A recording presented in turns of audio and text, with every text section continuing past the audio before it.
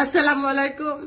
বাংলাদেশের সকল মানুষের উদ্দেশ্যে বলছি, বাংলাদেশ স্বাধীন করেছিল বঙ্গবন্ধুর এক ডাকে। স্বাধীন বাংলাদেশ কিন্তু আজকে রাজাকাররা ভেঙে দিচ্ছে।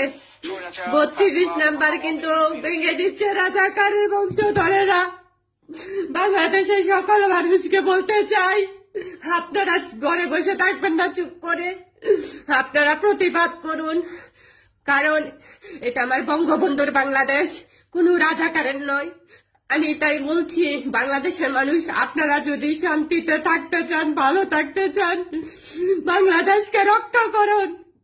32 নাম্বার ভেঙে দিচ্ছে, 32 নাম্বার পুড়িয়ে দিচ্ছে, মানে যে বাংলাদেশকে ধ্বংস করে দিচ্ছে। বাংলাদেশটা আপনার আমার সকলের, তাই সকলের উদ্দেশ্যে বলছি, আপনারা চুপ করে ঘরে বসে থাকবেন না, আপনারা এই প্রতিবাদ করুন, আপনারা দেশটাকে রক্ষা করুন।